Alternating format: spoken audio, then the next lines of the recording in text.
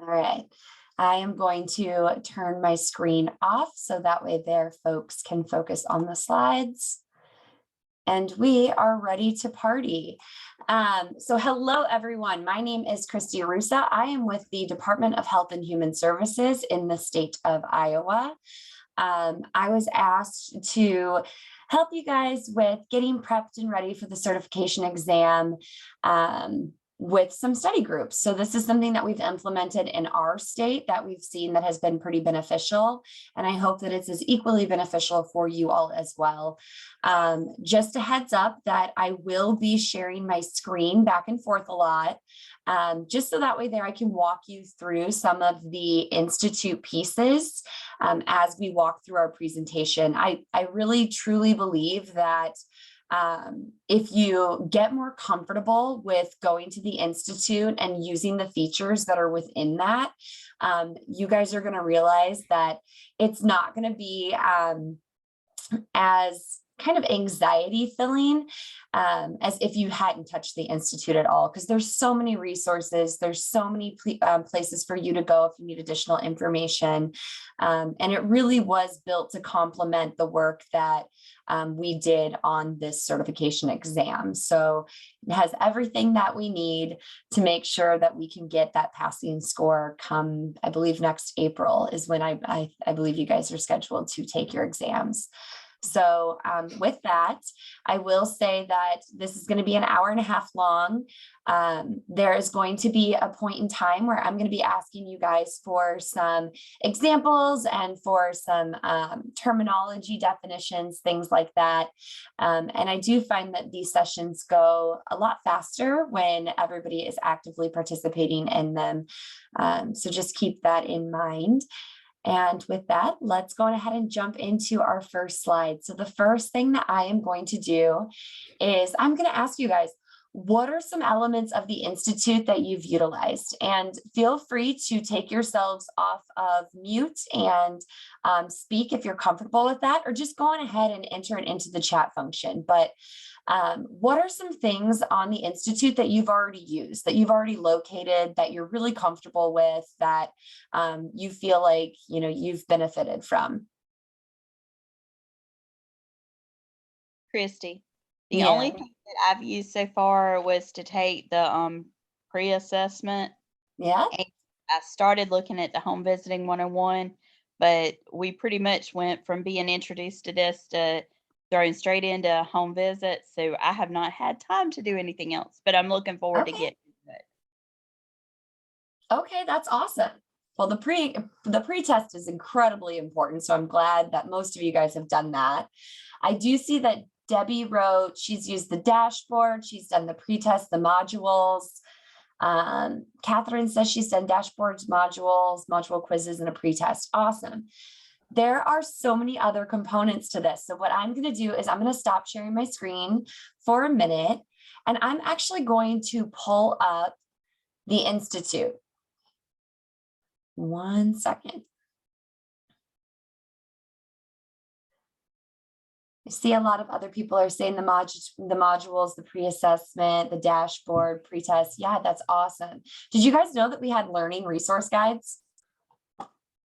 Did anybody know that there are resource guides and that there are learning activities and things like that that you could be doing? Awesome, cool. So that's what I'm here for. Okay. Let me make sure you can see my screen. All right, can everybody see that?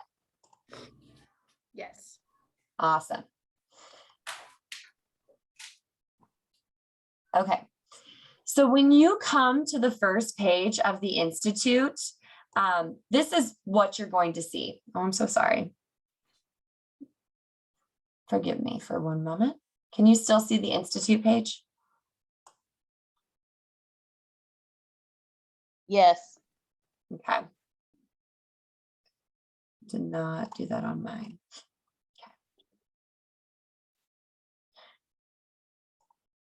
Okay. Sorry guys, I'm having a technical issue. My computer like froze for a second. So you can see the Institute page, but I cannot.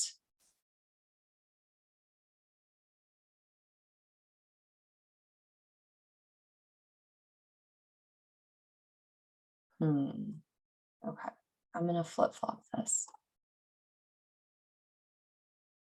All right, how about that? You guys can see that?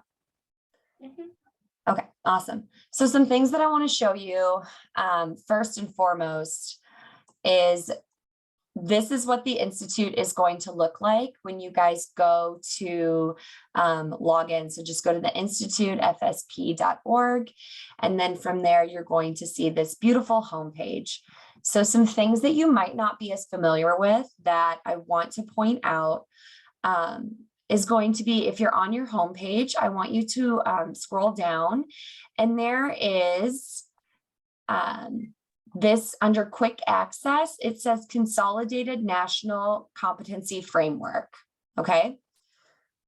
If we click on that, what's going to pull up is the entire competencies at a glance. So basically, this is everything that we want you guys to be really comfortable and really familiar with prior to taking your exam.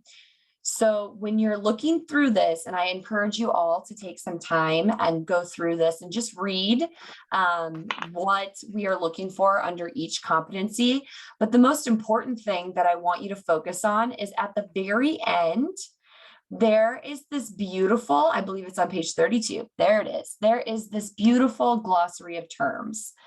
And this is going to be something, all of these terms are going to pop up on the exam, the national certification exam.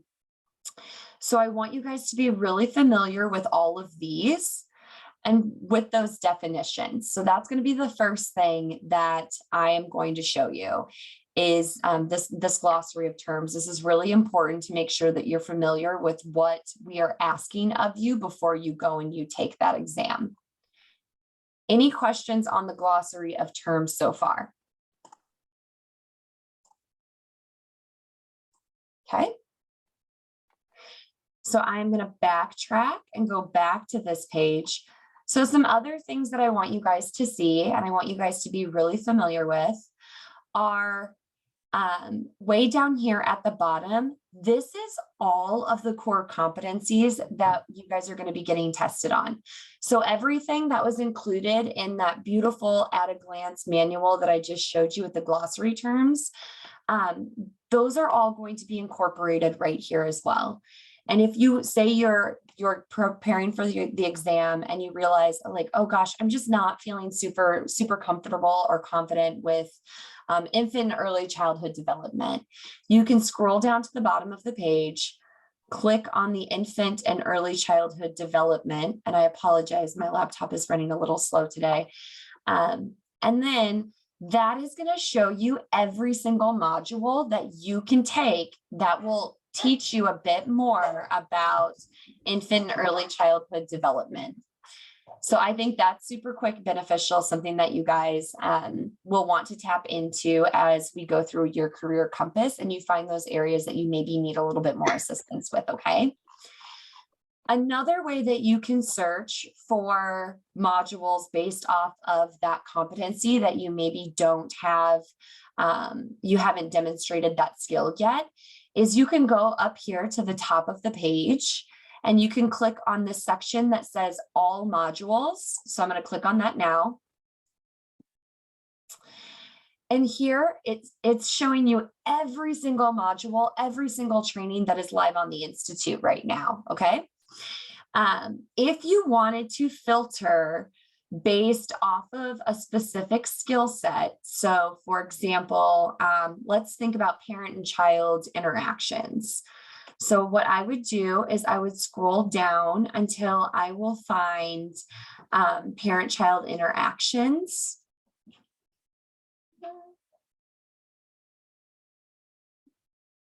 I should have picked one closer to the top, huh? It's in here.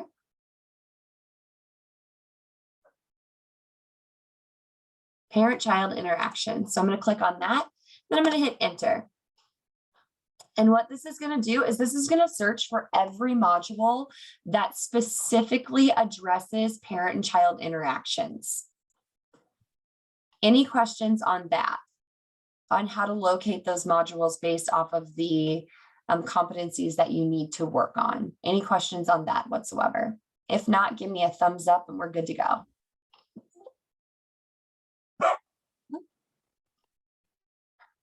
Wonderful. All right, so the next thing that I want to show you is your dashboard.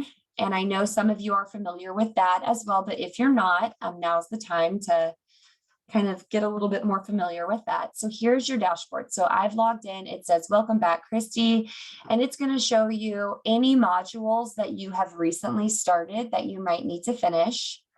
It's going to show you modules that you have started, when you completed them.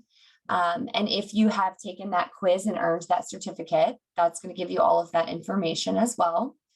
As you can see, I start a lot of modules. I don't necessarily take the quizzes just because I start the modules to gain the content for our trainings.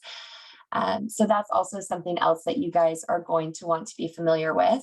The other thing is that you can look and see if you've earned college credit, things like that. But that's not really too precedent or too important right now for the exam. So another piece of the Institute that you are going to find incredibly, incredibly helpful, you guys, and this is probably the most important piece in my opinion, is this compass. This is so important for you knowing what you need to study for the exam. Also, I feel weird talking to you without my screen on. So here we are, I'm back. Anyway, here is where you are going to find the pre-assessment. I don't want you guys to feel shy about taking it. You guys can take this once, you can take it twice, you can take it 20 times, as many times as you want and as many times as you need before you get that 80% and you feel comfortable with the terminology and the questions that are being asked on that pre-assessment. When the pre-assessment and the certification exam were created, the pre-assessment's actually harder than the national certification exam. So if you're getting an 80% on this bad boy, you guys are going to do beautifully, chef's kiss on that national exam. Okay. So just know you can also start this, you can stop it. I know it's incredibly long, but you can start and stop it. So say you only have maybe 30 minutes on a Tuesday to sit and take some of the pre-assessment. Go on ahead and jump right on in, start taking that pre-assessment, do that 30 minutes of work. And then you're able to save your responses and come back and pick right back up where you left off, okay? Don't be shy about taking it. I encourage everyone to take it a bunch of times just because, again, the more comfortable that you can get with taking, first off, an online exam, and secondly, with the language and things like that I've already mentioned, it's going to make you just feel so confident before you sit for that national certification exam. So as I scroll down on the screen, you are going to see those core competencies that we found on our homepage. You're going to see all of those listed on this, on the bottom of this page, okay? As you can see, some of mine have these like little purple squiggly line notations next to it, whereas some of mine, or one of mine at this point, has a green check mark. So the differences between these two markers indicate that the purple squiggly line just means that you have something that you maybe did not show competency in, you maybe didn't show that you have that skill down pat yet. So there's a little something that you can work on in that section. For anything that you see that has the check mark on it, that means that you nailed that section. You have that competency down. You have demonstrated skill in everything that we are looking for under that particular piece of this exam, and you are great to go. So I'm going to click on professional practice, and I'm just going to show you that under that, I'm now getting a subset of skills that we're looking for. And you can see that all of those skills are checked. I'm great. I'm doing good. I understand what ethical and legal practice is. I understand reflective practice. I understand professional development, et cetera, et cetera. Okay. I'm going to go to Infant early child development, I'm going to click on that because I have a squiggly line next to it. So that means that there's something there that I maybe don't quite have a great handle on. So I'm going to click on that. And I'm going to see that I am great at prenatal development and I'm good on infant care. And that makes sense because when I took this pre-test, I was very pregnant with an incoming newborn baby, right? Makes sense that I would understand prenatal development and infant care at that point. But it's showing that maybe I don't quite know all of the pieces that I need to know about typical and atypical development. So I'm going to click on that tab. And it's going to break it down even further. This is how detailed this career compass is getting for you guys, okay? This is going to break it down even further for me. So I'm looking at this and it says, wow, I understand developmental domains. I understand individual needs and differences. I understand children with developmental delays. That makes sense because that was what my background was in prior to joining home visitation services. So what I need to maybe work on a little bit more is developmental stages and milestones. So from there, I'm going to click on developmental stages and milestones because I got to work on that, right?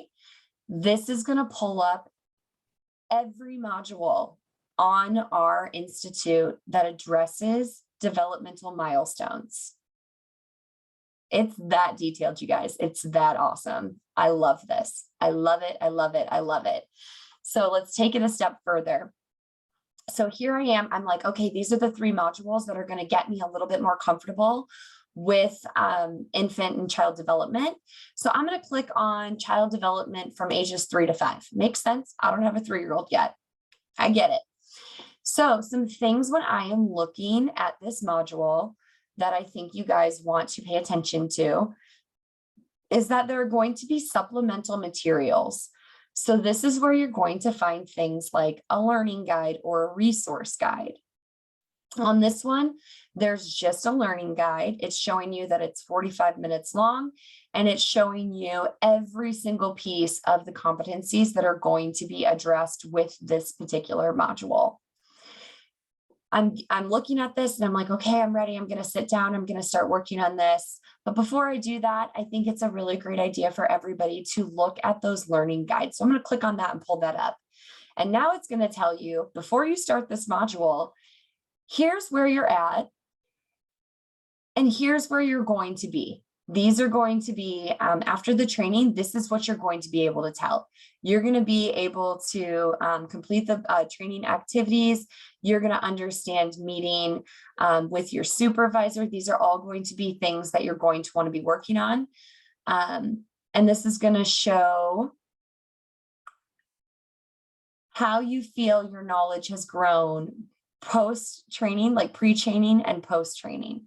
And you're able to complete that for yourself as well. You can set up your learning goals. You can set up what you've actually learned from that session. And then you can create an action plan for how you're going to continue to build on that skill set that you just learned through that module. Now I want to back up because I want to find one that has a resource guide with it. So this one, for example, this is 180 minutes long. It comes with a learning guide, but it also comes with a resource guide. So I want you guys to see what those look like. So this is the resource guide. This is going to tell you kind of like a snapshot of the information that's going to be included in that particular module. It's going to explain, definitions, things like that. But in addition to that, it's also going to break out if there's a video that is in this particular module, if there's a transcript, if there's some sort of a handout, so like a supplemental material that you guys can utilize with your families, things like that. All of that's going to be listed on this. From there, you're able to click on these, and then they'll just generate and pop right up. I'm not going to do that right now just because we got to get into so many more things, but it continues to break down and branch off. The branching logic in this is just so beautiful. And it's so great to really help prepare you guys for this exam. Are there any questions about that and about that functionality? Another cool feature that I found is if for whatever reason you're like, I don't remember where to find those core competencies. Oh gosh, I don't remember where to find my career compass. I don't remember. all you have to do when you're looking at these modules is click on this, click on the link. Okay, I can't find my way back to that infant early child development page. Boom, you click on that and you're right back at it again. And now you have all of those modules that cover that information. Do you guys feel comfortable with that? At this point, if you want to give me some thumbs up, if you feel great about it, insert thumbs up. I love that. Okay, great. Awesome. So I'm going to stop sharing that screen. I'm going to bounce back to my other screen. And there we go. And let me pull up my slide notes. Okay, so we talked about the modules. We've talked about the learning and resource guides. You guys know where to find that glossary of terms that you're really going to want to hone into. I've already shown you where that pre-assessment was and how to read that career compass. So now I'm going to show you how to share your progress with me specifically, just so that way there, I know what you guys have already completed and I know how you guys did on your exams. So that way there, I can customize future training sessions based off of your particular needs. So this requires some screen bouncing. So I apologize, you guys, because I'm going to stop share one more time. And I'm going to bounce us right on back to the Institute again, and we are going to look at how to share your progress with me, because that's really, really important to make sure that I'm giving you guys the content that you need. So we're back to sharing our screen. You can see my Institute is still here. When you log on, I want you guys to click on your name. So it'll say, hi, Maria, hi, Amy, hi, Christy. Click on that.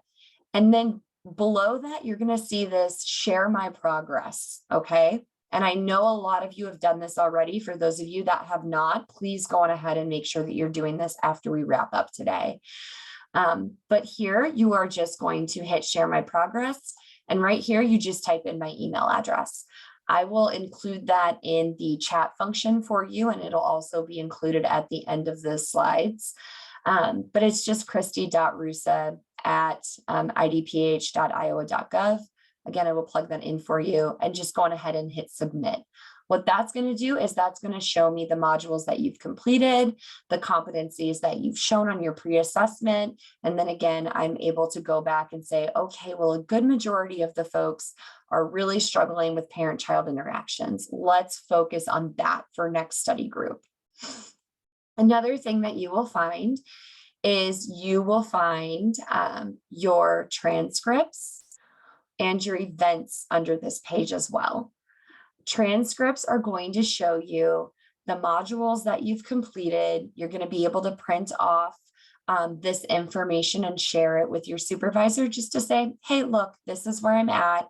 And this is where I feel most comfortable with. And these are all of the events that I've completed and skills that I've shown. And it's all going to be broken down and updated in here. You guys can export it as a PDF, print it off, whatever it is that you need. But realistically, that share with me situation, that's going to be what's going to be most crucial for this particular study group. But it's nice to know all of the other features that we have on here as well. Any questions about that? Were most of you guys able to get in and share your results with me? I had a lot of folks sharing them with me. So I know several of you were able to get that done, but I wasn't sure if there were anyone who had questions regarding that or any issues with it. Christy, I have a question. Absolutely. I shared my pretest with you, so I'm curious, once we view the modules that we need to and take the quiz after each module, is that something that we have to share with you as well? Or do you automatically see that on our dashboard? I do not believe I will automatically see that. on your dashboard. So I want to say that you might have to reshare, but I'm actually going to double check on that because I know that there were a couple of enhancements that we were making on the Institute. For example, where the quizzes are located was one of them. When you retake the pretest multiple times, it might not update that you've taken it that many times. It might just show your most recent results. So I'm going to double check on that and make sure that's going to continue to update on my end, or if you guys need to reshare that as you're attending study group sessions. So I will check on that, and then I will email out a response to those of you that registered on the Institute for this session, if that's all right with you, Debbie. Thank you. Thank you. That was a great question. Okay. All right. Oh, I have one more thing I want to show you on the Institute, just because I just like to show you on the Institute. All right. One more thing I'm going to show you guys is if you click on all modules, if you go to name or description, and if you enter South, you will pull up every single study group that we have scheduled for the next 6 months. And here's where you're going to want to click, and you're going to want to get registered. And I say you want to get registered because of things like, for example, Debbie's question. If you aren't registered on this, then I don't know that you attended, and I won't be able to email you the answer or the response to that particular question. So it's really beneficial for everybody to make sure that you're signing up for these study group sessions on this Institute. Another thing that you get from that is that I will send you guys all a calendar invite. So that way there you have that Zoom log information in a couple of different places. So you're not, feeling flustered or scrambling or anything like that early on a Monday morning, because I'm sure that's not pleasant for anyone. But definitely go in here, click on this. Another thing that I will be updating, since this is our first kickoff, and I know not all of you have shared your results with me yet, but once I have them all, is I will be letting you know in this information breakdown what this particular session is going to cover. I will add in the links to the modules that we are going to be talking about, so you can do your homework before we meet.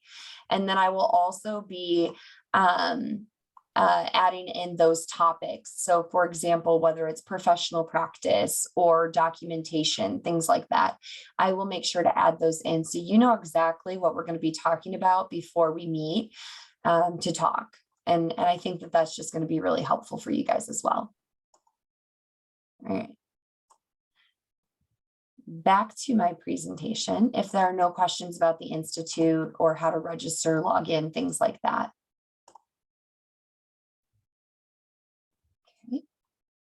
Let me,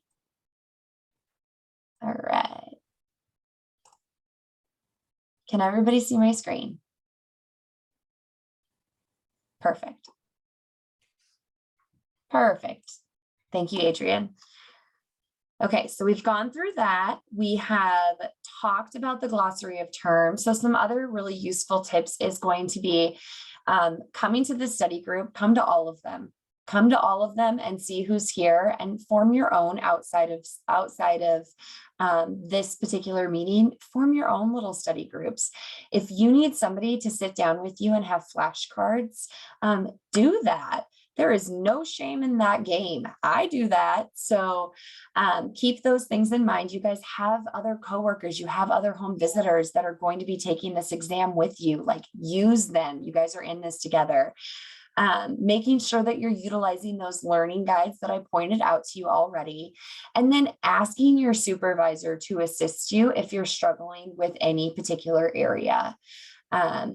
I do think that supervisors have a wealth of knowledge for us, and they are just waiting to be tapped into. Another thing that they can do is, if they don't know the answer, they can reach out to us or to someone, and they can get that answer for you, and they can figure out a way to get you the assistance that you need. So don't be afraid to talk with them about this, because we are all in this together, and all of our boats are going to rise as long as we are sitting on the same tide.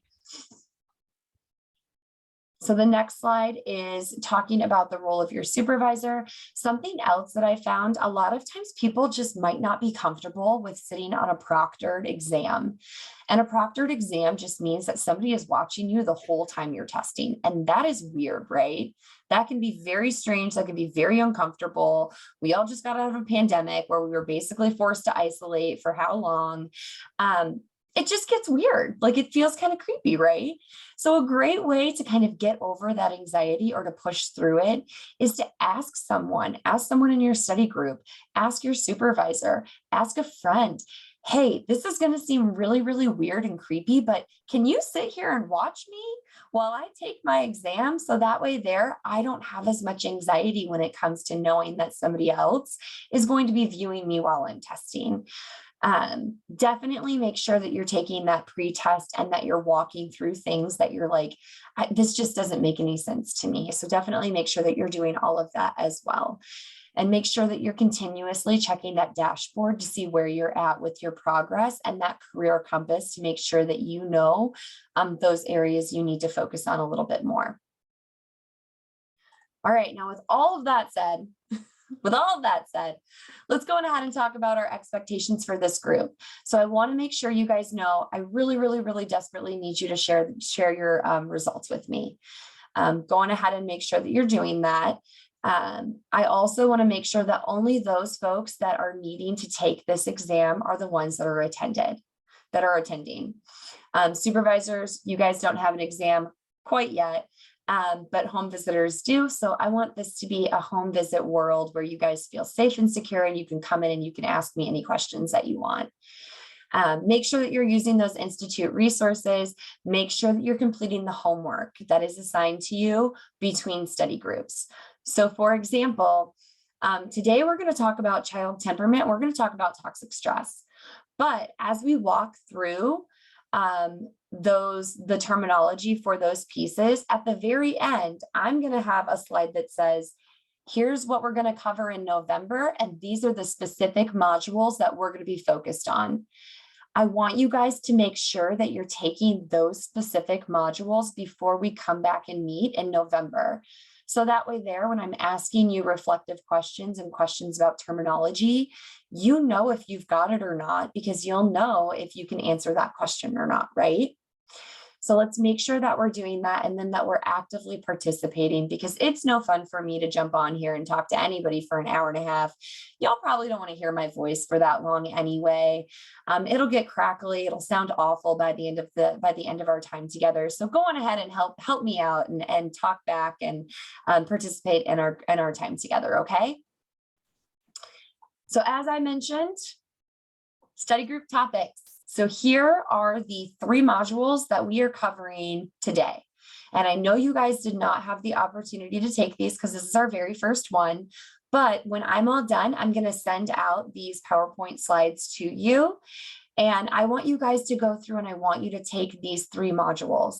And I want you to do that because I've already looked at most of your pre-assessment information and your shared progress. So I know that this is an area that we all need to work on. So that's a reason. And 2, because then you're going to get a good hang of what we're going to be doing come November when we meet again. All right. All right. Now let's dive in. So before I flip to my next slide, I'm going to ask you, can you guys tell me what social interaction is? What is social interaction? Specifically when it comes to a kiddo, like what's social interaction? Any way they respond to another human being. Absolutely. So can we take that a step further and can somebody give me some examples of what social interaction looks like for a child, for a toddler?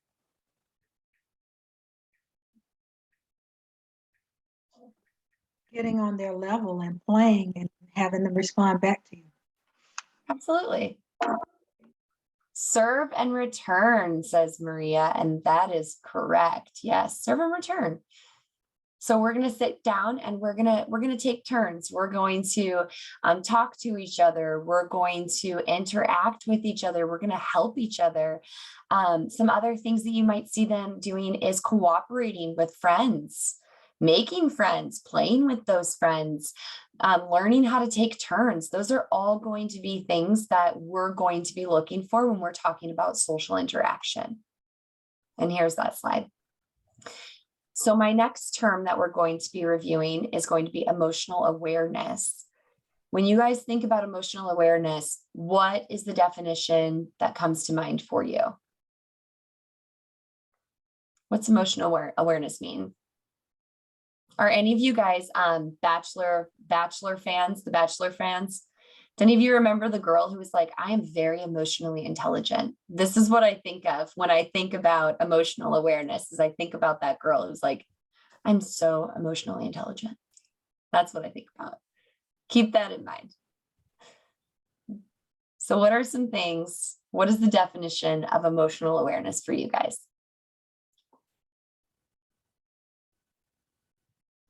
And fun fact, guys, my first career choice was being a teacher, so I'm totally okay with sitting in silence.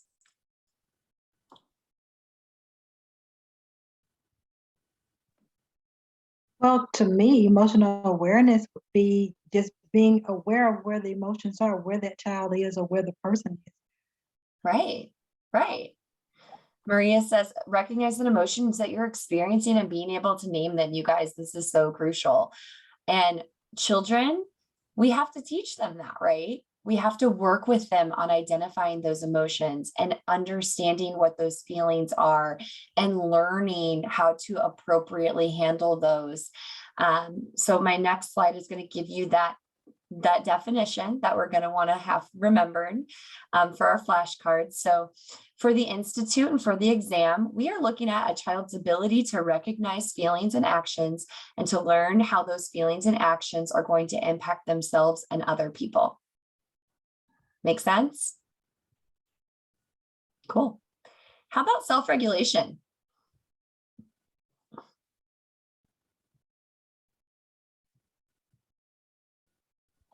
Being able to calm oneself down. Yeah, it's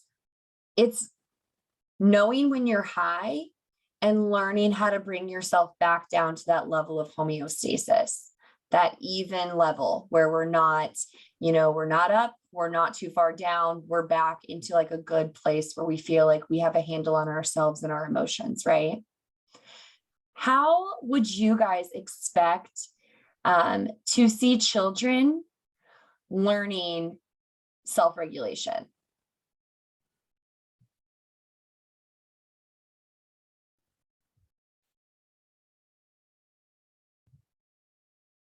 What are some examples?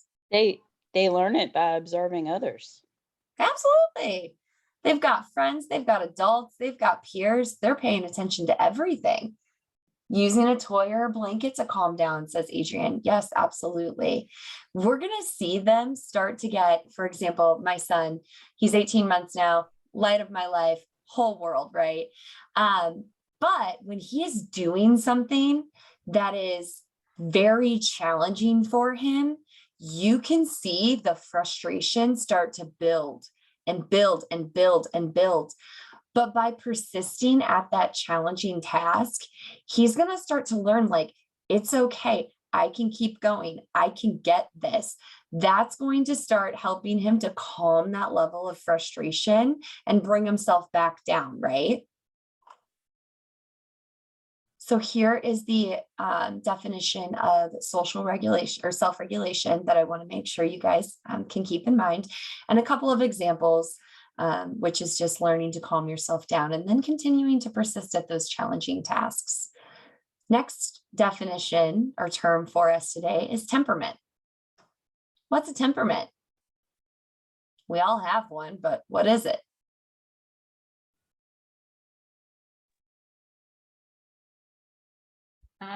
Maybe like your personality or your attitude toward things. Absolutely. It's how we react to the world. This is how we're going to approach everything. Our tendency to respond to stimuli. Maria, you're just coming in clutch today. Yeah, absolutely. How do you react to things? How do you react to other people? How do you react to certain situations? How do you react to stress, to the world in general. How are you reacting to that? There are 3 specific types of temperament. And I don't expect you guys to know all 3 of them, especially since you did not do the modules before we met today. But do you guys happen to know what those 3 in children might be? What are the 3 temperaments you might see? If not, it's okay. I can explain those to you, but slow to warm. Adrian, did you do the module? Did you sneak in here and do the module? Easygoing. Easygoing. Yes, that's 2. What's the last one? Anybody? 2 out of 3. You guys are killing it. Do you even need me here? Do I need to be here? Do you need me? Spirited. Spirited. That is a very sweet way to say active. Yes, they are very active. Wonderful. You guys are so great. So here are the definitions of temperament. And then you can just see what those breakdowns are of those easygoing kiddos, those slow to warm, or those active kiddos. Okay. Any questions on those? All right, next term. How about goodness of fit? What does goodness of fit mean? Now remember, we're talking about parents and kiddos. We're talking about them interacting together. So if we're saying, all right, goodness of fit, that's going to mean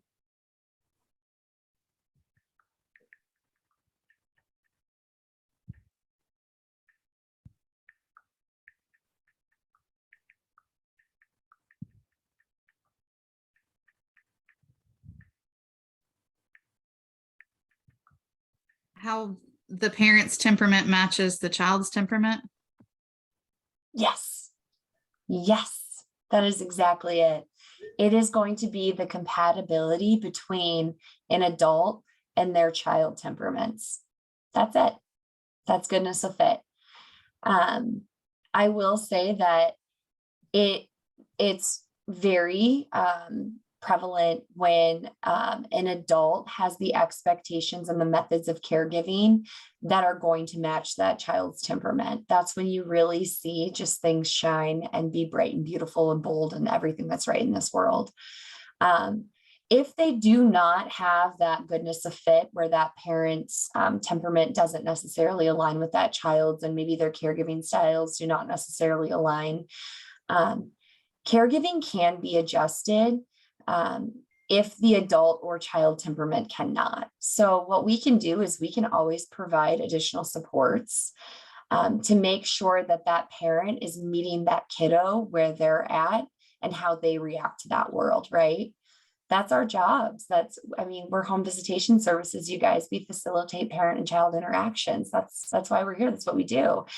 So just know that even if maybe they don't have that same temperament, we can give them tools to succeed and to have a really beautiful interaction and relationship with their kiddo. Okay, now we're going to move on into types of stress. So the first type of stress that I'm going to ask about is positive stress. Can anyone define that for me?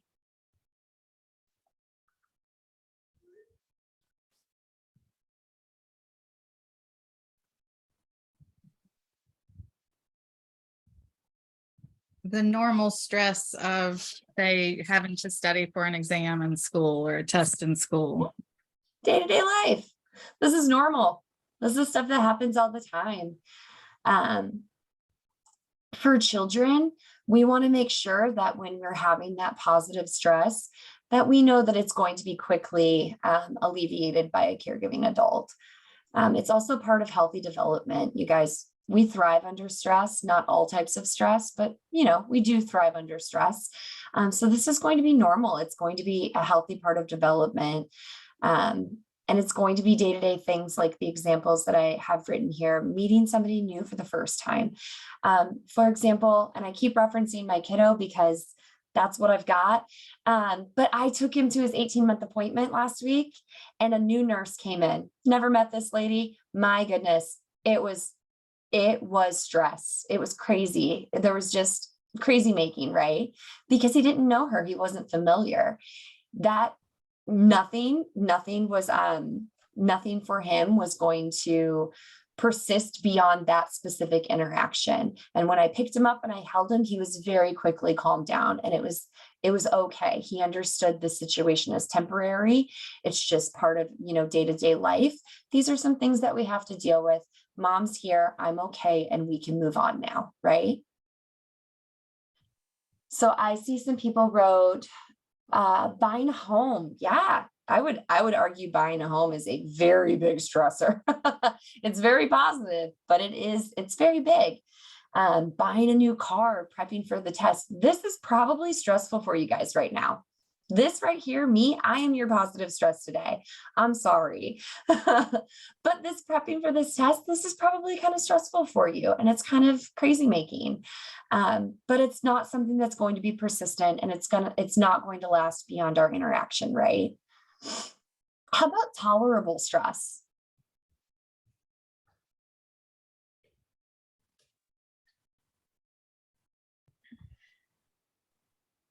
How about tolerable stress? So we know that positive is, day to day. It's going to be quick in that moment. It can be a great thing like buying, a home or prepping for a test. How about tolerable?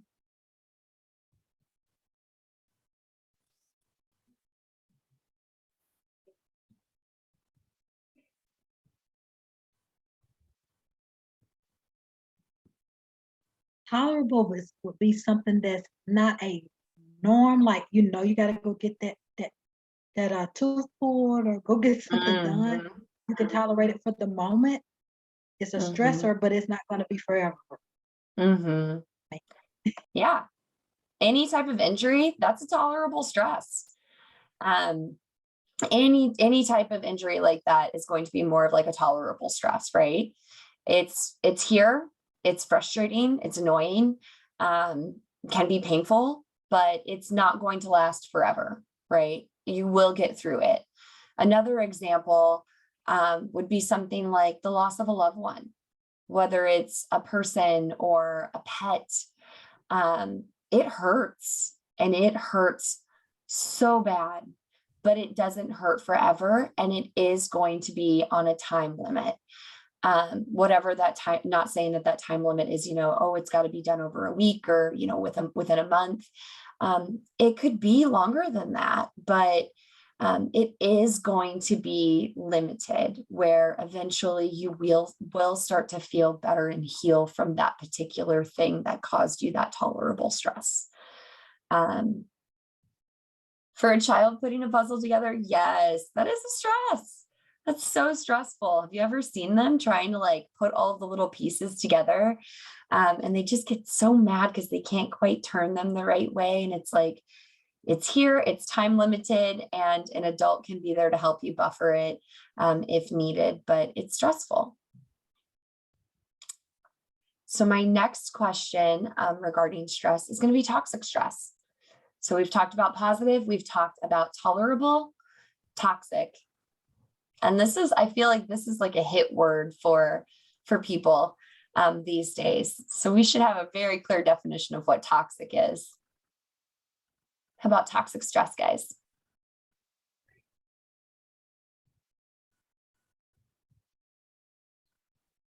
A toxic stress would be, for a child in school, it would be bullying. Yeah, absolutely.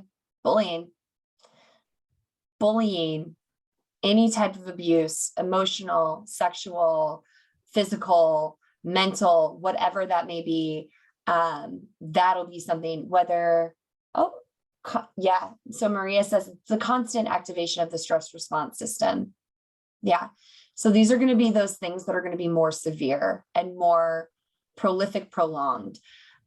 So for example, you have a kiddo that has been neglected their entire life.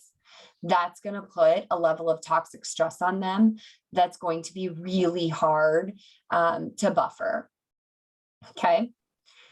Some other examples that I listed out on my slide. So we said abuse, chronic neglect, prolonged family dysfunction.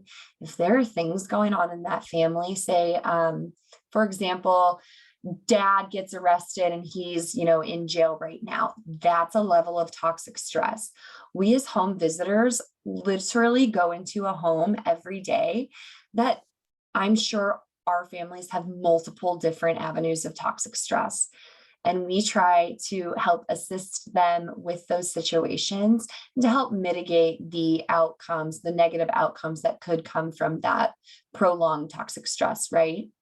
And for kiddos, they might not have somebody there that's able to assist them with bringing them back down and with getting them through that situation or that stress, right? Okay. Any questions about those terms? Any questions about any of the terms that we've covered? Because right now, the next thing that we're going to bop on over into is a couple of reflective questions. Any questions? Okay. So here are the reflective questions.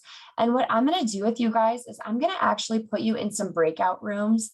And I want you guys to answer these 3 questions.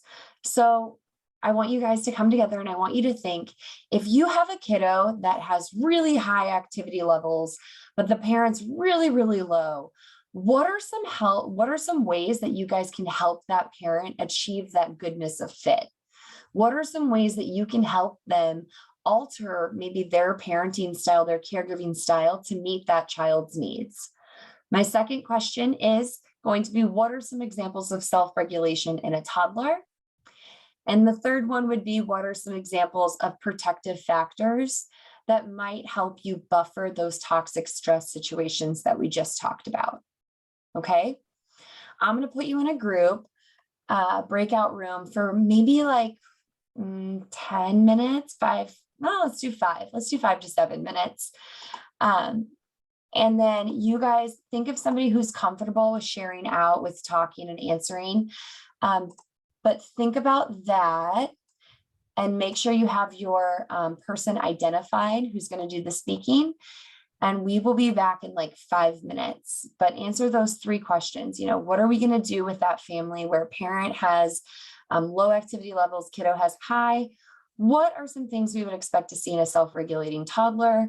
And what are some buffers that can really help your families with toxic stress? Okay. I have you guys in 5 breakout rooms. So I'll need 5 speakers. There'll be 4 to 5 of you each in a group. And I'm going to go on ahead and open those up for you right now. So that way there you guys can talk amongst yourselves and answer those questions. When we come back, the next thing that I have for you is just what we're going to talk about next month. And then wrapping up our time together. And that's going to be it. And then we'll meet back here, same time, same place next November for our next session. Okay. So I'm going to open those now.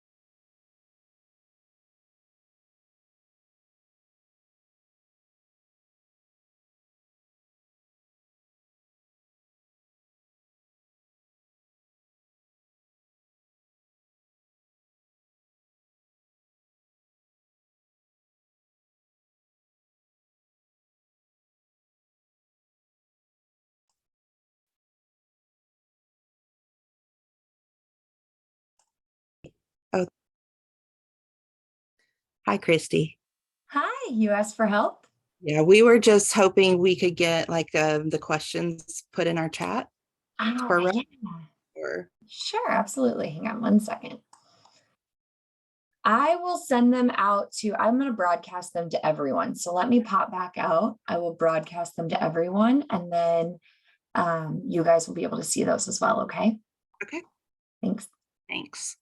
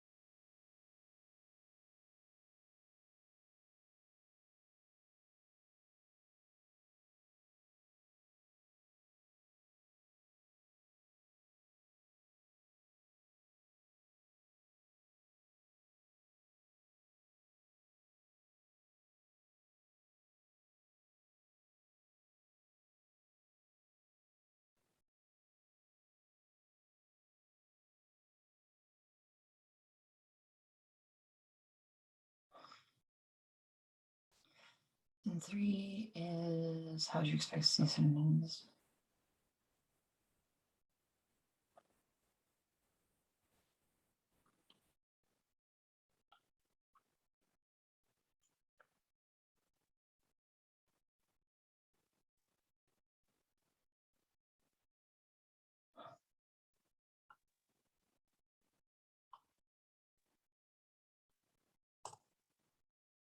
Way too.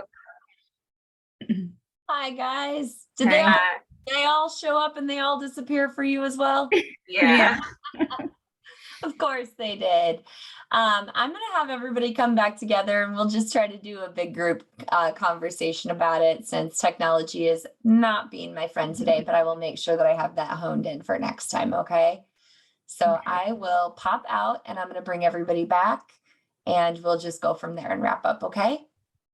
Okay, Thanks, thank you. guys. Thank you.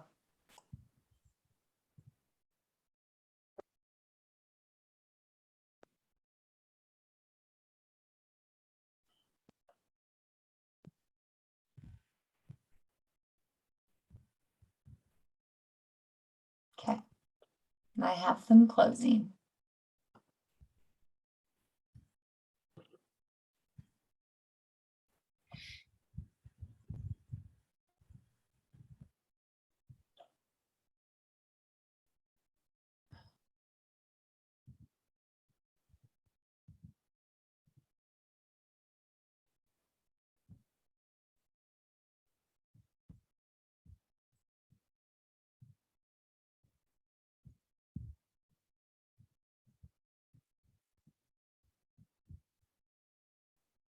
It's like we're just waiting for a few more people to wrap up. I wonder if next time, if I enter the questions into the chat function, if you guys can still see them when you go into your breakout room. Yeah, we tried that. We went to the chat to see Yeah. if we had posted them there. Yeah. hopefully that I'll test drive that one before we meet next time, and we'll see. Hopefully that one will help.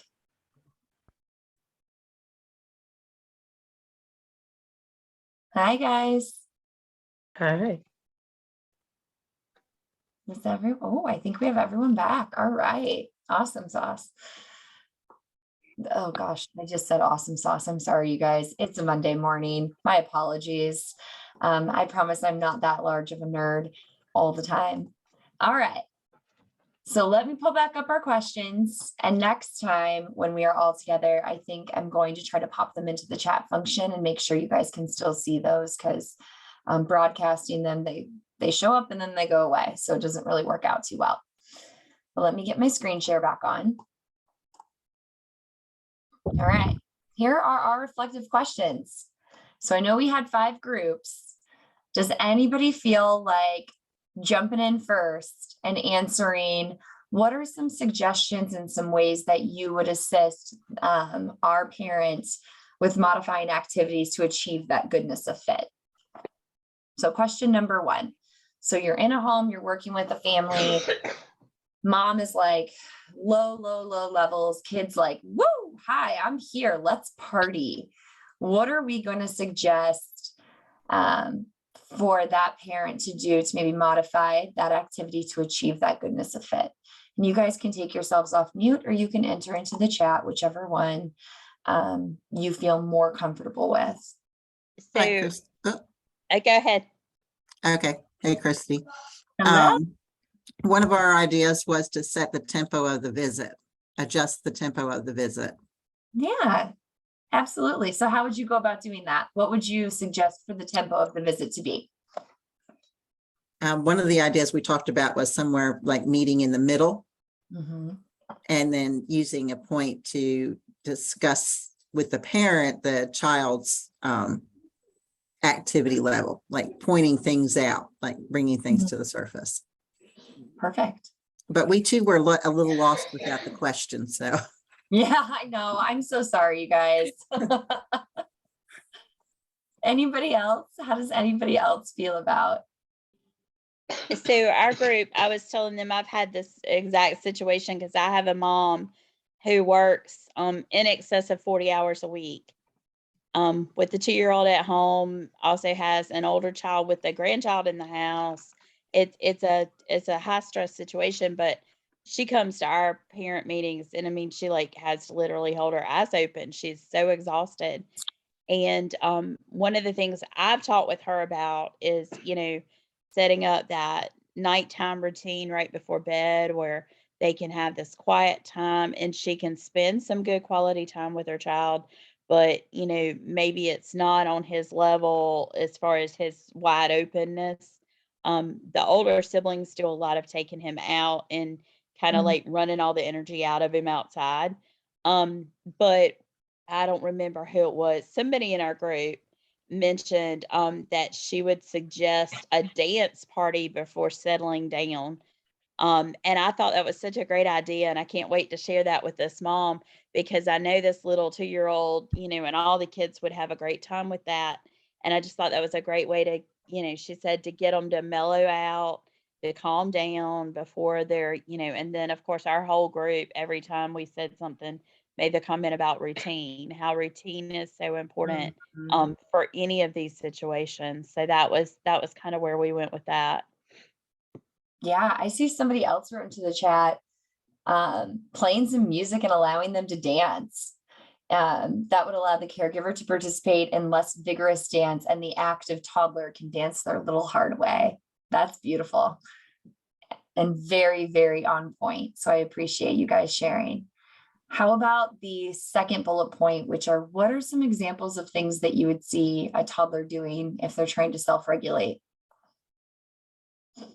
We talked about in our group, if we see, say, a child is upset, if they have a specific little like lovey or a stuffed animal or something like that, bringing that stuffed animal and kind of talking to the stuffed animal and the child and saying, if there's a name to the little animal, saying, Johnny seems sad, and and letting the child, hug the animal, or a lot of times they have different little stuffed animals, that is their favorite, their security, I guess is what I'm trying to say. My son has a Mickey Mouse and a Squishmallow. Those are his pet peeves. Yeah. That's So it. just discussing those emotions and putting a name to the emotions that we might see them having. Absolutely. Anybody else? Oh, Lori. Yeah, I shared with the group. I've got an almost 3-year-old granddaughter, and I'm seeing in her, she has started to she can recognize the emotions and has started to verbalize. Like I gave the example, I've heard her say, "I'm so sad." She only gets her pacifier. She loves her pacifier, and she only gets it at nap time, bedtime. And I've heard her say, "I so sad, I need my pappy," or "I so mad, Taylor won't play with me," talking about her sister, so she's starting to identify those emotions and verbalize them. That's great. Some things that, like an example that I have is for my kiddo is in this, I'm getting really mad, and he just started to stomp his little feet and start to like kind of build up those screams, and he found his voice. I swear he spent 45 minutes last week learning his opera. But that's okay, because it's like when you start to see him getting that frustrated, like where he's kind of topping out, and I'm like, oh man, we've got to teach him how to bring himself back down. That's where it's a lot of, I pick him up and I'm like, okay, we just need a break, and we change rooms. And you don't know how big that is for a toddler, just to change space. So instead of being out in the living room where this meltdown is occurring, I will pick him up and say, "It sounds like we need a break right now. Maybe let's go take a break." And then we will walk into his bedroom, and it's his choice. If he wants to play with his books, he can play with his books. If he wants to lay down in his crib and relax for a minute, he can lay down in his crib and relax for a minute. If he wants me to just hold him and rock him, I do that as well. So those are some really great ways to kind of start teaching that self-regulation. Like, we can label our feelings, we can identify them, we can acknowledge that they're here, we can change our space, we can make sure that we're focusing on different activities in that moment that will bring about that child's that will bring that level of homeostasis right back down. How about the third one? How about, what are some examples of protective factors that will buffer toxic stress? So remember, toxic stress is that really prolonged, very negative abuse, neglect, dysfunction, may have some drug use, family incarceration, et cetera, things like that. So what are some things that you guys can think of that would help buffer toxic stress?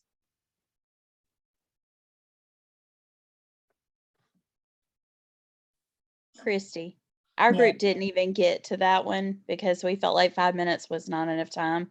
Yeah. Just kind of a heads up. Okay. We So, didn't get to that one either. okay.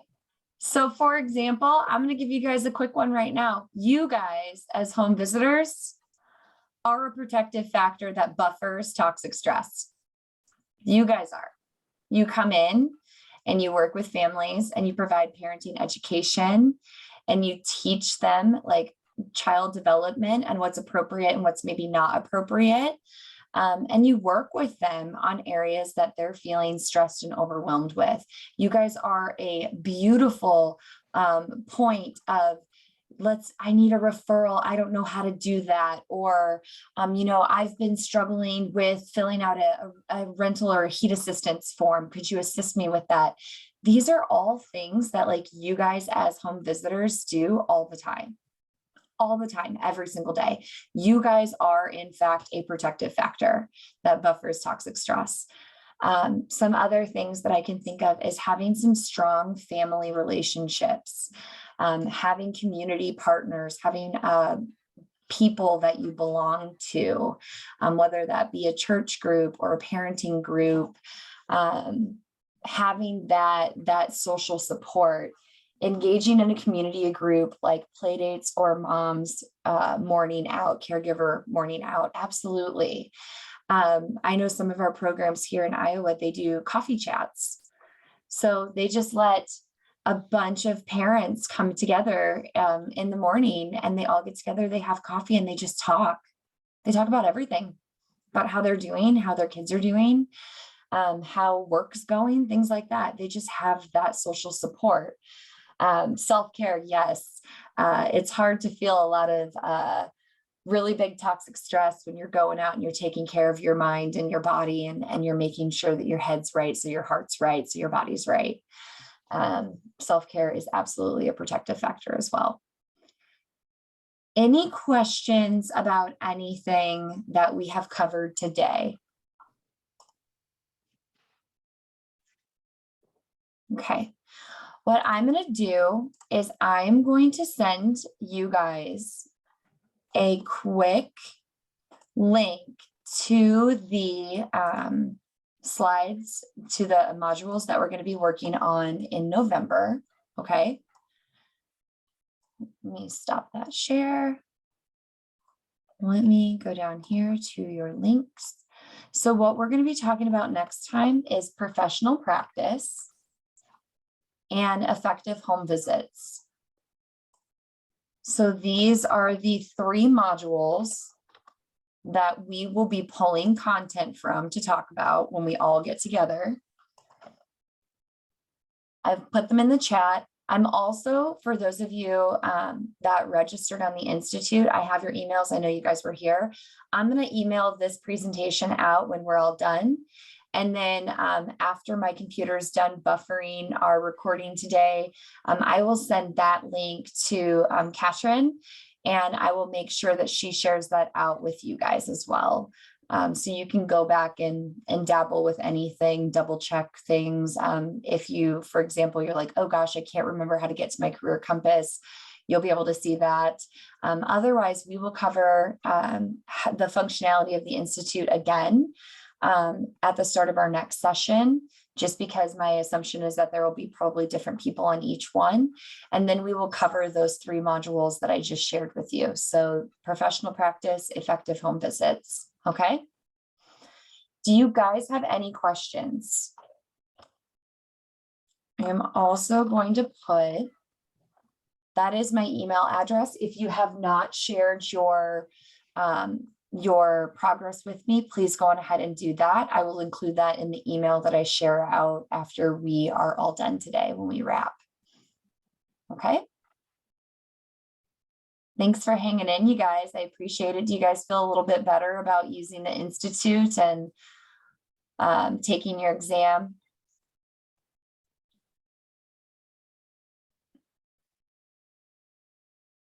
Thanks, Christy. Thank you. If you did Thanks. not register for the exam, shoot me an email, and then I will make sure that I get you the stuff. Because I know I have a few people who did not register, and we're going to close out before I have time to capture all of your email addresses. So go on ahead and email me directly, and then I will get you that information. Okay.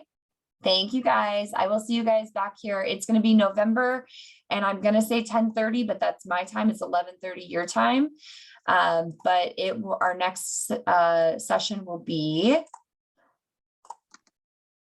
November